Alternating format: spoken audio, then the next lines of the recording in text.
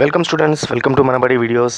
ముందుగా మనబడి వీడియో సబ్స్క్రైబర్స్కి అలాగే మనబడి యూజర్స్కి ఫస్ట్ టైం ఈ వీడియో చూస్తున్న ప్రతి ఒక్క యూజర్కి wish you very happy new year 2024. నూతన సంవత్సర శుభాకాంక్షలు 2024. ఈ 2024లో మీకు అందరికీ కూడా ఖచ్చితంగా మీరు అనుకున్నది సాధించాలని, అలాగే మీరు చదువుతున్న వాటిలో మీ కెరియర్లో ఒక ఉన్నత శిఖరాన్ని అంటే హయ్యెస్ట్ పీక్స్కి మీరు రీచ్ అవ్వాలని, అలాగే మీరు నెక్స్ట్ కమింగ్ కాలేజెస్లో కానీ వాటిల్లో ఒక మంచి కాలేజ్ని ఎంచుకొని మంచి దాంట్లో సీట్ రావాలని, మీరు రాసే ఎంట్రన్స్ ఎగ్జామ్స్ ఖచ్చితంగా మీరు ఒక టాప్ ర్యాంక్ సాధించాలని చెప్పి మనస్ఫూర్తిగా కోరుకుంటూ మనబడి వీడియోస్, మనబడి సంస్థ మేనేజ్మెంట్ అండ్ టీమ్ అందరూ కూడా మిమ్మల్ని విష్ చేయడం జరుగుతుంది. So wish you a very happy new year 2024. Fine. దీంతో పాటు ప్రతి ఒక్కరూ కూడా ఎవ్రీ ఇయర్ న్యూ ఇయర్లో ఒక కొత్త రెజల్యూషన్ అనేది తీసుకోవాలి. రెజల్యూషన్ అంటే మనం ఒక చిన్నపాటి లేకపోతే పెద్దదైనా ఏదైనా సరే ఒక గోల్ పెట్టుకోవటం. ఆ గోల్ ఎలా ఉంటుందంటే మేము చేస్తాము, మేము చెయ్యము అని రెండు ఉంటాయన్నమాట.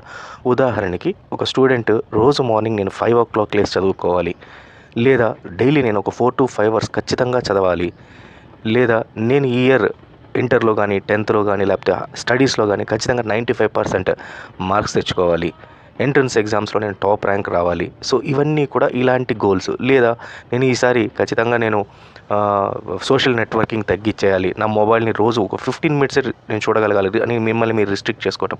సో ఇలా ఒక డెసిషన్ అనేది తీసుకొని ఆ డెసిషన్కి కట్టుబడి ఉండటాన్ని రెజల్యూషన్ అని చెప్పి అంటారనమాట. సో ఈ రకంగా మీరు కానీ ఒక డెసిషన్కి తీసుకొని ఆ రెజల్యూషన్ తీసుకొని దానికి కట్టుబడి ఉండగలిగితే, దాన్ని మీరు సాధించగలిగితే మీ పైన మీకు కాన్ఫిడెన్స్ లెవెల్స్ అనేవి చాలా పెరుగుతాయి.